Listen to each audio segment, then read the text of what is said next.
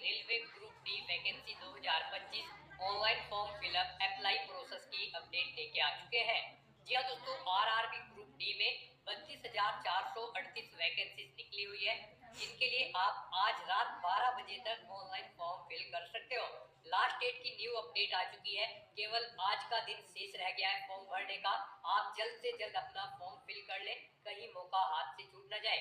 बिना कोई गलती किए हुए, बिना किसी मिस्टेक के आप फॉर्म फिल कर लें। जी हाँ दोस्तों, ऑनलाइन आवेदन करते समय आपको कोई भी मिस्टेक या फिर गलती नहीं करनी होगी, नहीं तो आपके एप्लीकेशन फॉर्म रिजेक्ट हो सकते हैं। और फॉर्म फिल करते समय आपको महत्वपूर्ण बातों का ध्यान रखना होगा, तभी आपके फॉर्म सक्सेसफुली सबमिट हो पाएंगे। और आवेदन करते समय आप कैसे सेफ जोन सेलेक्ट कर सकते हो, कैसे अपनी पोस्ट प्रेफरेंस दे सकते हो, और फॉर्म फिल करते समय डॉक्यूमेंट, फोटोग्राफ, सिग्नेचर आप कैसे और कितने केबी में अपलोड कर सकते हो, कंप्लीट जानकारी आपको इस वीडियो में मिल जाएगी। 10वीं पास कैंडिडेट इस भर्ती के लिए अप्लाई कर सकते हैं, या फिर आईटीआई या फिर एनएससी सर्टिफिकेट से भी आप अप्लाई कर सकते हो। ऑल ओवर इंडिया से मेल या फिर फीमेल दोनों आवेदन कर सकते हैं। इस वीडियो में हम आपको कंप्लीट जानकारी दिखाएंगे कि क्या यहाँ पर पोस्ट वाइज वैकेंसीज निकली है, क्या एलिजिबिलिटी क्राइटेरिया है, एग्जाम पैटर्न सिलेबस आपका क्या रहेगा, कैसे आप अप्लाई कर सकते हो और कैसे आप इसकी पीडीएफ डाउनलोड कर सकते हो। स्टेप बाय स्टेप पूरी जानकारी के लिए आपको ये वीडियो शुरू से लेके एंड तक बिना स्किप किए हुए देखनी होगी। इस वीडियो को कंप्लीटली देखने पर ही आपके सभी सवाल और डाउट क्लियर होंगे। तो चलिए दोस्तों, बिना कोई वक्त गंवाए शुरू करते हैं railway group D, RRB group D online form fill up 2025 की पूरी जानकारी। फॉर्म भरने के लिए सबसे पहले आपको हमारी वेबसाइट आईएनडी सरकारी नौकरी पर विजिट करना होगा। इस पेज पर विजिट करके आप यहां से आरआरबी ग्रुप डी का ऑनलाइन फॉर्म फिल कर सकते हो। रेलवे रिक्रूटमेंट बोर्ड की ओर से ग्रुप डी के लिए 32,438 वैकेंसीज निकाली गई थी। यहां से आप पोस्ट वाइज वैकेंसी चेकआउट कर सकते हो। इसके लिए अब आवेदन की अंतिम तिथि है आज 1 मार्च 2025 रात 12 बजे तक आप अपना फॉर्म फिल कर सकते हो।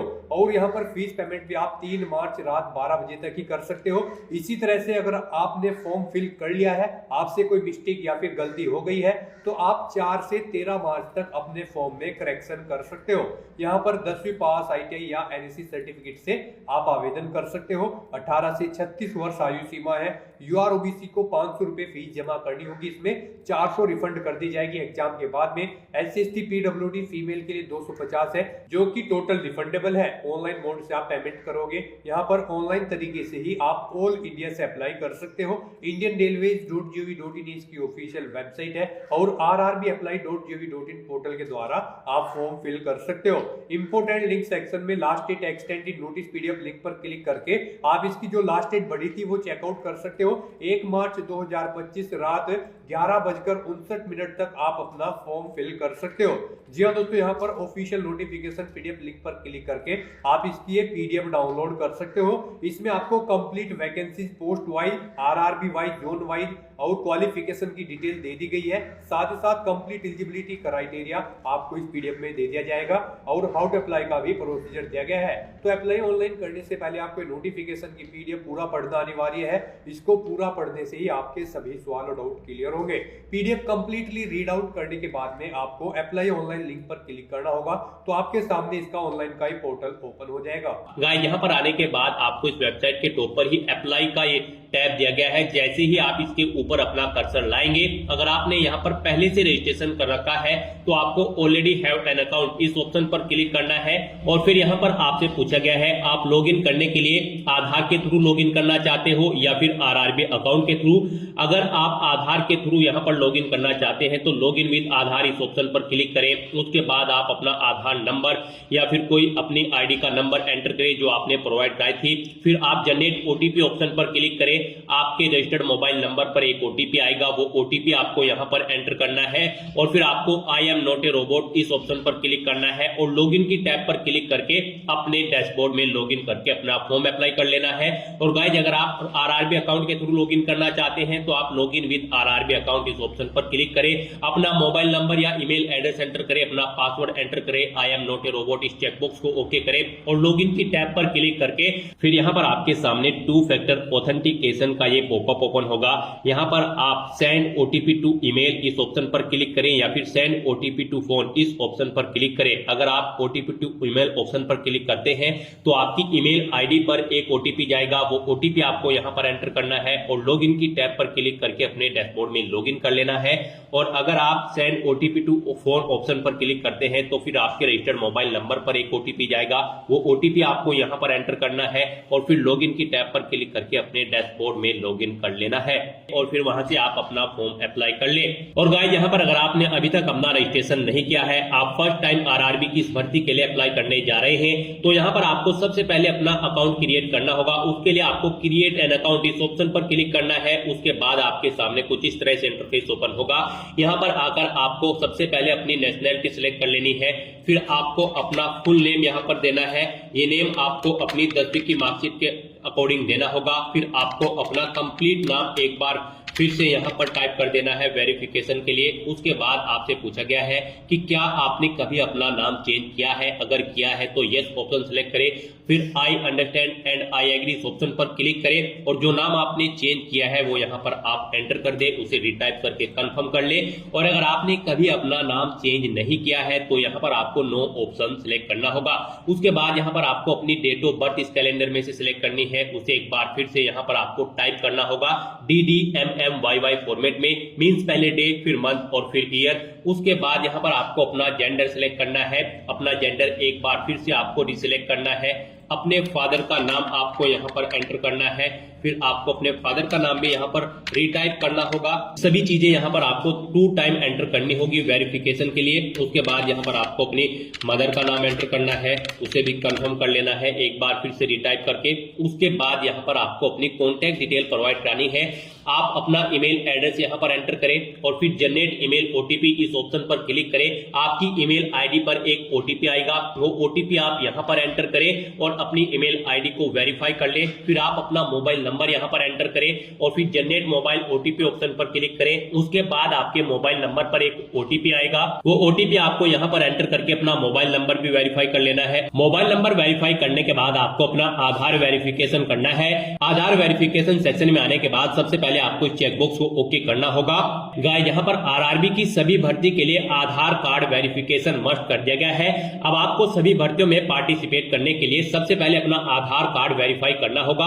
अदरवाइज यहाँ पर आप आरआरबी की भर्ती के लिए अप्लाई नहीं कर पाओगे। यहाँ पर कैंडिडेट के सामने आधार वेरिफिकेशन करते हुए प्रॉब्लम फेस हो रही थी, उनका हल यहाँ पर कर दिया गया है। आरआरबी की तरफ से टेक्निकल प्रॉब्लम थी सर्वर की, उसे यहाँ पर सॉर्ट आउट कर दिया गया है। अब यहाँ पर आप सिंपली अपना आधार नंबर एंटर करें, फिर आप ओटीपी वेरिफिकेशन ऑप्शन पर क्लिक करके जनरेट आधार ओटीपी ऑप्शन पर क्लिक करें। एक ओटीपी आपके रजिस्टर्ड मोबाइल नंबर पर आएगा जो आपके आधार से अटैच है। वो ओटीपी आप यहाँ पर एंटर करें और वेरीफाई बटन पर क्लिक करके अपना आधार कार्ड यहाँ पर वेरीफाई कर ले। और अगर आपका आधार कार्ड यहाँ पर ओटीपी के थ्रू वेरीफाई नहीं हो रहा है तो फिर आप फिंगरप्रिंट वेरिफिकेशन इस ऑप्शन पर क्लिक करें और फिर आप कैप्चर फिंगरप्रिंट इस ऑप्शन पर क्लिक करें और फिर आप अपने फिंगरप्रिंट यहाँ पर आधार कार्ड की कैप्चर कर ले और वेरीफाई की टैब पर क्लिक करके आप अपने फिंगरप्रिंट यहाँ पर वेरीफाई कर ले। इस तरह से आप अपना आधार कार्ड यहाँ पर अब 2 तरह से वेरीफाई कर सकते हो, ओटीपी के थ्रू या फिर फिंगरप्रिंट के थ्रू। यहाँ पर ये ऑप्शन आपके सामने इसलिए लाए गए हैं क्योंकि यहाँ पर आधार कार्ड वेरिफिकेशन करते हुए कैंडिडेट के सामने प्रॉब्लम फेस हो रही थी। अब आप अपनी चॉइस के अकॉर्डिंग ओटीपी के थ्रू या फिर फिंगरप्रिंट के थ्रू आधार वेरीफाई कर सकते हो। फिर यहाँ पर आपको अपना पासवर्ड क्रिएट करना है। पासवर्ड यहाँ पर आपका अल्फा न्यूमेरिक फॉर्मेट में होना चाहिए। मींस आपके पासवर्ड में कम से कम एक अपर केस कैरेक्टर, एक लोअर केस कैरेक्टर, एक इंटीजर नंबर और एक स्पेशल कैरेक्टर जैसे कि @ या फिर $, होना चाहिए। तो इस फॉर्मेट में आपको अपना पासवर्ड क्रिएट करना है। वही पासवर्ड आपको यहाँ पर कंफर्म पासवर्ड फील्ड में एंटर करना है। उसके बाद आपको I am not a robot इस चेकबॉक्स को ओके करना है और फिर आपको preview and create an account इस ऑप्शन पर क्लिक कर देना है।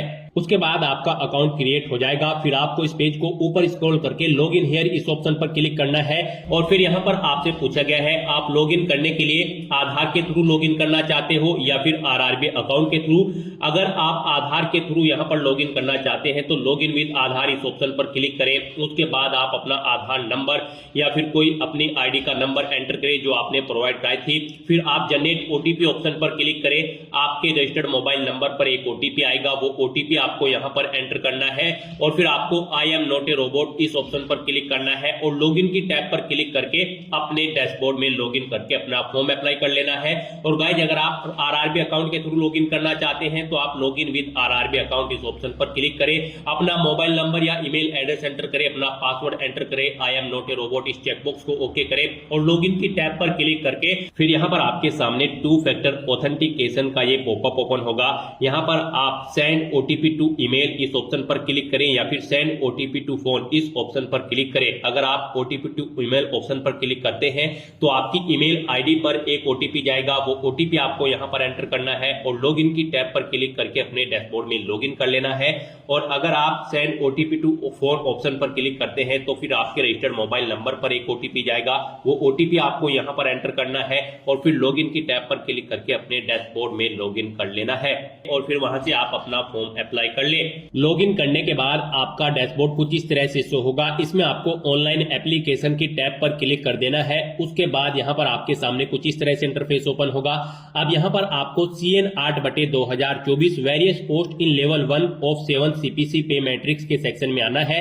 यहाँ पर ये ग्रुप डी की 32,438 पोस्ट के लिए वैकेंसी है। तो यहाँ पर आकर आपको सबसे पहले अपना कोई बोर्ड सेलेक्ट कर लेना है जिस बोर्ड में आप अप्लाई करना चाहते हैं। तो यहाँ पर आप अपना बोर्ड सेलेक्ट करने के बाद इस चेकबॉक्स को ओके करें और फिर नेक्स्ट ऑप्शन पर क्लिक कर दें। नेक्स्ट आपके सामने आपका एप्लीकेशन फॉर्म ओपन हो जाएगा। यहाँ पर कुछ चीजें आपकी ऑटोमेटिकली फिल कर ली गई है, आपकी रजिस्ट्रेशन डिटेल से जो आपने रजिस्ट्रेशन में प्रोवाइड कराई थी। अब यहाँ पर आपको अपना मैरिटल स्टेटस सेलेक्ट करना है, अपना रिलीजन सेलेक्ट करना है, अपनी मातृभाषा आपको सेलेक्ट कर लेनी है। फिर यहाँ पर एग्जामिनेशन आप किस लैंग्वेज में चाहते हैं वो भाषा आप सेलेक्ट करें। फिर आपकी बॉडी पर कहीं कोई कट या तिल का निशान है तो उस पैलेस का नाम एंटर कर दे। फिर आप एक और पैलेस का नाम एंटर कर सकते हैं अगर आपकी बॉडी पर एक से ज्यादा जगह कोई चिन्ह है, अगर नहीं है तो यहाँ पर आप नो मार्क एंटर कर दें। उसके बाद यहाँ पर आपको अपनी कम्युनिटी सिलेक्ट कर लेनी है।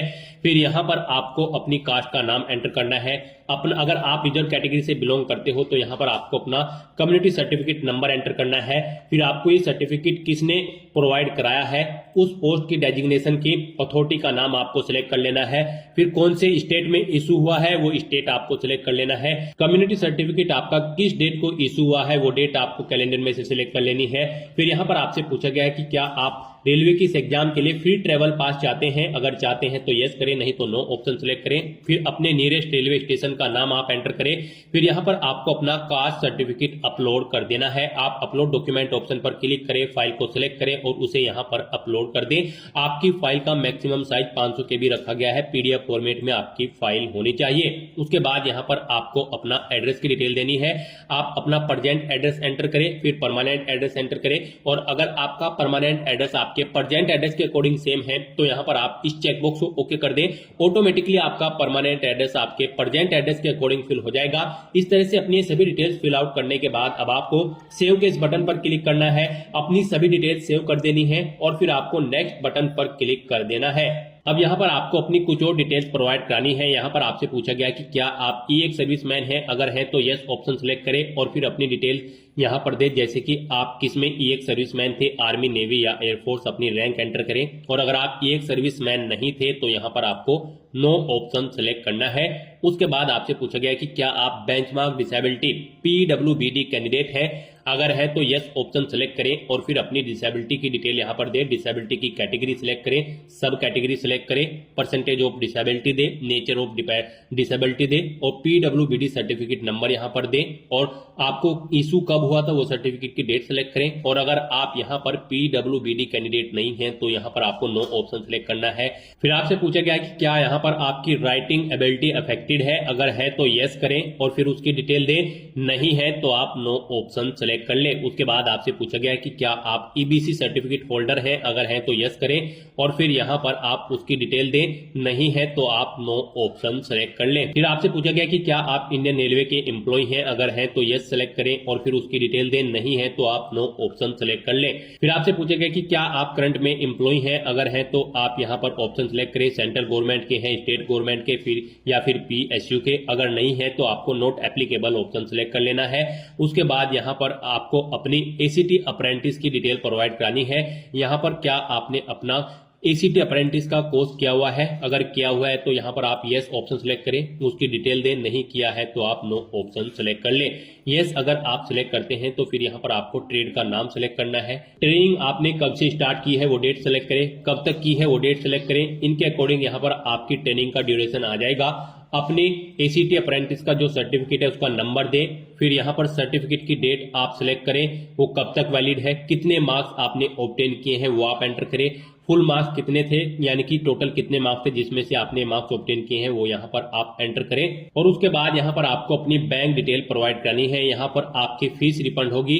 गाइज यहाँ पर अगर आप अनरिजर्व ओबीसी कैंडिडेट हैं तो यहाँ पर आपको 500 रुपए फीस जमा करानी होगी, 400 रुपए रिफंड कर दी जाएंगे। SC ST PWD women candidate को 250 रुपए फीस जमा करानी होगी, पूरी की पूरी फीस उनकी यहाँ पर रिफंड कर दी जाएगी। तो यहाँ पर अब आपको अपनी बैंक डिटेल प्रोवाइड करनी है फीस रिफंड के लिए। यहाँ पर आप अपना अकाउंट होल्डर का नाम दें, फिर आप अपना बैंक अकाउंट नंबर एंटर करें, उसे कंफर्म कर लें, अपने बैंक का IFSC कोड एंटर करें और फिर यहाँ पर IFSC कोड के अकॉर्डिंग आपके बैंक का नाम और एड्रेस ऑटोमेटिकली यहाँ पर फिल हो जाएगा। इस तरह से अपनी सभी डिटेल्स फिल करने के बाद आपको सेव के इस बटन पर क्लिक करना है, अपनी सभी डिटेल सेव कर देनी है और फिर आपको नेक्स्ट ऑप्शन पर क्लिक कर देना है। नेक्स्ट यहाँ पर आपको अपनी एजुकेशनल क्वालिफिकेशन की डिटेल देनी है। गाइड आरआरबी ग्रुप डी की इस भर्ती में पार्टिसिपेट करने के लिए आपका 10वीं क्लास पास आउट होना जरूरी है या फिर आपका ITI पास आउट होना जरूरी है या फिर इसके इक्विवेलेंट आपका नेशनल अप्रेंटिसशिप सर्टिफिकेट NAC जो कि ग्रांटेड हो NCVT से वो किया होना जरूरी है इस भर्ती में पार्टिसिपेट करने के लिए। तो यहाँ पर आपको अपनी 10वीं क्लास की डिटेल सबसे पहले फिल करनी है। यहाँ पर आप मैट्रिकुलेशन SLC ऑप्शन सेलेक्ट करें, स्टेट सेलेक्ट करें, अपना डिस्ट्रिक्ट सेलेक्ट करें, बोर्ड का नाम दें, उसके बाद कब आपने पास आउट की है अपनी 10वीं क्लास वो डेट सेलेक्ट करें, अपना रोल नंबर एंटर करें और फिर यहाँ पर आप अपने 10वीं क्लास के सर्टिफिकेट का सीरियल नंबर एंटर कर दें। उसके बाद यहाँ पर आपको अपडेट किस बटन पर क्लिक करके अपनी डिटेल ये अपडेट कर देनी है। अगर आपने पहले से अपनी 10वीं क्लास की डिटेल यहाँ पर प्रोवाइड करा रखी है, नहीं तो यहाँ पर आप क्वालिफिकेशन में सिलेक्ट करके मैट्रिकुलेशन/SSLC सेम यही डिटेल प्रोवाइड करा सकते हो। और अगर आपने ITI भी कर रखी है तो आप ITI ऑप्शन सेलेक्ट करें और फिर आप ऐसे ही यहाँ पर अपनी ITI की डिटेल प्रोवाइड करा सकते हो। सबसे पहले यहाँ पर आपको ट्रेड सिलेक्ट करनी है, स्टेट सिलेक्ट करना है अपना, उसके बाद यहाँ पर आपको अपना डिस्ट्रिक्ट सिलेक्ट करना है, फिर यहाँ पर आपको इंस्टीट्यूट का नाम देना है जिससे आपने अपनी ITI कंप्लीट की है, कब पास आउट की है वो डेट सिलेक्ट करें, सर्टिफिकेट इशू आपको NCVT से हुआ है या फिर SCVT से ऑप्शन सिलेक्ट करें, फिर आप अपने सर्टिफिकेट का टाइप सिलेक्ट करें, उसके बाद यहाँ पर ऐड के इस बटन पर क्लिक करें, अपनी ITI की डिटेल्स आप ऐड कर दें। इस तरह से आपकी ITI की डिटेल ऐड हो जाएगी। और अगर आपने यहाँ पर NAC सर्टिफिकेट अप्रेंटिसशिप सर्टिफिकेट किया हुआ है तो यहाँ पर आप NAC ऑप्शन सेलेक्ट करें, फिर यहाँ पर आप अपनी ट्रेड सिलेक्ट करें, स्टेट सिलेक्ट करें, फिर आप अपना डिस्ट्रिक्ट सेलेक्ट करें। डिस्ट्रिक्ट सेलेक्ट करने के बाद यहाँ पर आप इंस्टीट्यूट का नाम दें जिससे आपने ये सर्टिफिकेट किया है, कब किया है वो डेट सेलेक्ट करें, सर्टिफिकेट इशू आपको NCVT से हुआ होगा तो ये आप ऑप्शन सेलेक्ट करें, सर्टिफिकेट का टाइप आप सिलेक्ट करें NAC और फिर ऐड के इस बटन पर क्लिक करके अपने सर्टिफिकेट की डिटेल को भी आप ऐड कर दें। इस तरह से अपनी क्वालिफिकेशन की डिटेल ऐड करने के बाद अब आपको नेक्स्ट ऑप्शन पर क्लिक करना है। उसके बाद आपके सामने यहाँ पर कुछ इस तरह से इंटरफेस ओपन होगा। अब यहाँ पर आपको अपना फोटो सिग्नेचर अपलोड करने हैं। गाइस यहाँ पर आपका फोटो 50 KB से 100 KB के बीच में होना चाहिए। यहाँ पर इसकी हाइट 320 पिक्सल और विड्थ 240 पिक्सल होनी चाहिए और सिग्नेचर भी आपके यहाँ पर 30 KB से 50 KB के बीच में होने चाहिए। इनकी हाइट 60 पिक्सल और विड्थ 140 पिक्सल होनी चाहिए। ये डॉक्यूमेंट आपके JPG या फिर JPEG फॉर्मेट में होने चाहिए। यहाँ पर अगर आपका फोटो और सिग्नेचर बड़े या छोटे हैं तो आप गूगल में जाकर इमेज रिसाइजर का कोई भी वेबसाइट ओपन करके उसमें अपने डॉक्यूमेंट यहाँ पर आप ओके कर सकते हो और फिर उन्हें यहाँ पर आप अपलोड कर सकते हो। अपलोड करने के लिए आपको यहाँ पर ब्राउज के इस बटन पर क्लिक करना है और फाइल को सिलेक्ट करना है और उसे यहाँ पर आपको 1 बाय 1 करके अपना फोटो सिग्नेचर अपलोड कर देने हैं। गाइस इस सेक्शन में आपको दी गई गाइडलाइंस के अकॉर्डिंग अपने फोटो और सिग्नेचर अपलोड करने हैं, अदरवाइज यहाँ पर आपका एप्लीकेशन फॉर्म रिजेक्ट हो सकता है। जैसा कि हमने स्टार्टिंग में ही बताया था कि कौन सी वो कॉमन मिस्टेक है जिसे करने से आपके एप्लीकेशन फॉर्म रिजेक्ट हो सकते हैं, तो इसी सेक्शन की वो मिस्टेक है। इस सेक्शन में अगर आप मिस्टेक करोगे दी गई गाइडलाइन के अकॉर्डिंग, अगर आप अपने डॉक्यूमेंट अपलोड नहीं करोगे फोटो और सिग्नेचर, तो आपका एप्लीकेशन फॉर्म यहाँ पर रिजेक्ट हो सकता है। तो इस तरह से अपना फोटो सिग्नेचर यहाँ पर अपलोड करने के बाद आपको सेव के इस बटन पर क्लिक करना है, इन्हें सेव कर देना है और फिर आपको नेक्स्ट ऑप्शन पर क्लिक कर देना है। नेक्स्ट आपके सामने कुछ इस तरह से इंटरफेस ओपन होगा। यहाँ पर आप जिस पोस्ट के लिए एलिजिबल हैं आपको यहाँ पर वो शो कर दी गई है। मान लीजिए आप यहाँ पर किसी और पोस्ट के लिए अप्लाई करना चाहते हैं तो फिर आपको अपना आरआरबी चेंज करना होगा। स्टार्टिंग में ही यहाँ पर जिस आरआरबी को आपने सिलेक्ट किया है और आपकी एलिजिबिलिटी के अकॉर्डिंग यहाँ पर आपको पोस्ट शो कर दी गई है। आप इस पोस्ट पर एलिजिबल हैं अप्लाई करने के लिए। ये पोस्ट आपके आरआरबी और एलिजिबिलिटी के अकॉर्डिंग यहाँ पर शो होगी। अगर आप और पोस्ट के लिए अप्लाई करना चाहते हैं तो फिर आपको अपना आरआरबी चेंज करना है और अपनी क्वालिफिकेशन उसके अकॉर्डिंग देनी है, फिर आपको यहाँ पर वो पोस्ट भी शो कर दी जाएंगी। तो यहाँ पर अब आपको अपना पोस्ट सेलेक्ट कर लेनी है। यहाँ पर आप प्लस के इस बटन पर क्लिक करें और इसे इस सेकंड कॉलम में ऐड कर दें। यहाँ पर आप प्रेफरेंस भी सेट कर सकते हैं। अगर आप मल्टीपल पोस्ट यहाँ पर आपके सामने आती है तो आप उन्हें यहाँ पर जिस पोस्ट को पहले नंबर पर प्रेफरेंस देना चाहते हैं उसे पहले सिलेक्ट करें और यहाँ पर ऐड कर दे। जिसे सेकंड देना चाहते हैं उसे सेकंड नंबर पर सिलेक्ट करके इधर ऐड कर दे। तो इस तरह से आप यहाँ पर आप अपनी पोस्ट प्रेफरेंस दे सकते हैं। फिर आपको इस पेज को नीचे स्क्रॉल करना है, इस चेकबॉक्स को ओके करना है। फिर यहाँ पर आपको इस चेकबॉक्स को ओके करना है, अपना पैलेस यहाँ पर एंटर करना है और फिर आपको सेव के इस बटन पर क्लिक करके अपनी सभी डिटेल्स सेव कर देनी है और फिर आपको प्रीव्यू एप्लीकेशन इस ऑप्शन पर क्लिक कर देना है। नेक्स्ट आपको आपके एप्लीकेशन फॉर्म का पूरा प्रीव्यू शो कर दिया जाएगा। आपको सभी डिटेल्स केयरफुली चेकआउट करनी है, पेज को नीचे स्क्रॉल करना है। यहाँ पर आप अगर कोई मिस्टेक पाते हो तो आप एडिट बटन पर क्लिक करके अपने फॉर्म को एडिट कर ले, नहीं तो आपको चेकबॉक्स को ओके करना है और सबमिट बटन पर क्लिक कर देना है। फिर आपके सामने पॉपअप आएगा। यहाँ पर अगर आप अब एक बार फिर से सबमिट कर देंगे तो फिर आप यहाँ पर एडिट नहीं कर पाओगे अपने एप्लीकेशन फॉर्म में। इसका नोटिस आपको दे दिया गया है। यहाँ पर सभी चीजें ओके हैं तो आपको सबमिट बटन पर दोबारा से क्लिक कर देना है। यहाँ पर आपका एप्लीकेशन फॉर्म सक्सेसफुली सबमिट हो चुका है। अब यहाँ पर आपको अपना फीस पेमेंट करना है। फॉर्म आपका फीस पेमेंट के बाद ही कंसिडर किया जाएगा। तो यहाँ पर आपको 250 रुपए फीस के रूप में जमा कराने हैं। ये फीस का अमाउंट आपकी कैटेगरी के अकॉर्डिंग शो होगा। अगर आप अनरिजर्व ओबीसी कैंडिडेट है तो 500 रुपए शो होगा। SC ST PWD women candidate हैं तो आपको 250 रुपए फीस के रूप में यहाँ पर जमा कराने होंगे। तो यहाँ पर अब आपको पे विद SBI e-पे इस ऑप्शन पर क्लिक करना है। यहाँ पर इस चेकबॉक्स को ओके करना है, प्रोसीड बटन पर क्लिक कर देना है। उसके बाद आपको फीस पेमेंट के इंटरफेस पर डायरेक्ट कर दिया जाएगा। गाइस यहाँ पर आप debit card, credit card, net banking या फिर यूपीआई के थ्रू अपना फीस पेमेंट कर सकते हो। यूपीआई ऑप्शन अगर आप सिलेक्ट करते हो तो फिर यहाँ पर आपके पास अगर अपनी यूपीआई आईडी है तो आप एंटर करके अपना फीस पेमेंट कर दे। अगर नहीं है तो फिर आप यूपीआई QR ऑप्शन पर क्लिक करें। यहाँ पर आपको आपका एक QR कोड प्रोवाइड कराया जाएगा, आप उसको स्कैन करके अपना फीस पेमेंट कर सकते हैं। फीस पेमेंट करने के बाद आपका फॉर्म कंसीडर हो जाएगा। उसके बाद आप अपने डैशबोर्ड में जाकर अपने फॉर्म का स्टेटस चेकआउट कर सकते हो और उसका एक हार्ड कॉपी प्रिंट आउट ले लें फ्यूचर यूज के लिए, फ्यूचर रेफरेंस के लिए। तो दोस्तों ऐसे आप आरआरबी ग्रुप डी 32,438 पोस्ट के लिए अपना फॉर्म अप्लाई कर सकते हो बिना कोई मिस्टेक किए हुए। आज की इस वीडियो में बस इतना ही। आई होप ये वीडियो आपको पसंद आई होगी। अगर पसंद आई हो तो इसे लाइक और शेयर करें। चैनल पर नए हो तो इसे सब्सक्राइब कर लें। Thanks for watching.